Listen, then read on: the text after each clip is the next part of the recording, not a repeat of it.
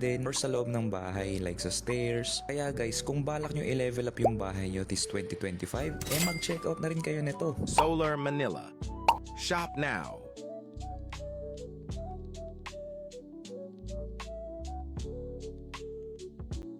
Tingnan nyo nga naman kung gaano kalakas yung ilaw nito guys. Solar lang yan hindi yan di kuryente, pero tingnan nyo naman napakaliwanag. Manda na yung bahay mo, nakatipid ka pa sa kuryente. Kasama na rin palang screw yan sa loob, pero pwede rin namang idikit nyo lang siya sa labas. Ganun lang siya kadali ilagay, di nyo na kailangan ng mga wirings. Waterproof na nga rin pala to guys. Kita nyo naman kahit mabasa, hindi to basta-basta masisira. Then sa daytime, automatic na siyang mag-charge guys. Kaya pagdating ng gabi and wala ng araw, is kusa na siyang mag-on. Perfect siya ilagay hindi lang sa gate or sa pillars, pwede rin siya sa garden or sa loob ng bahay like sa stairs. Kaya guys, kung balak nyo i-level up yung bahay nyo this 2025, mag-check out na rin kayo nito. Solar Manila.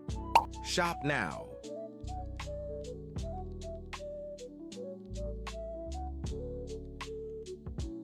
Tingnan nyo nga naman kung gaano kalakas yung ilaw nito guys. Solar lang yan hindi yan di kuryente, pero tingnan nyo naman napakaliwanag. Manda na yung bahay mo, nakatipid ka pa sa kuryente. Kasama na rin palang screw yan sa loob, pero pwede rin namang idikit nyo lang siya sa labas. Ganun lang siya kadali ilagay, di nyo na kailangan ng mga wirings. Waterproof na nga rin pala to guys. Kita nyo naman kahit mabasa, hindi to basta-basta masisira. Then sa daytime, automatic na siyang mag-charge guys. Kaya pagdating ng gabi and wala ng araw, is kusa na siyang mag-on. Perfect siya ilagay hindi lang sa gate or sa pillars, pwede rin siya sa garden or sa loob ng bahay like sa stairs. Kaya guys, kung balak nyo i-level up yung bahay nyo this 2025, mag-check out na rin kayo nito. Solar Manila.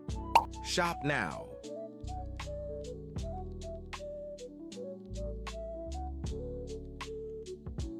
Tingnan nyo nga naman kung gaano kalakas yung ilaw nito guys. Solar lang yan hindi yan di kuryente, pero tingnan nyo naman na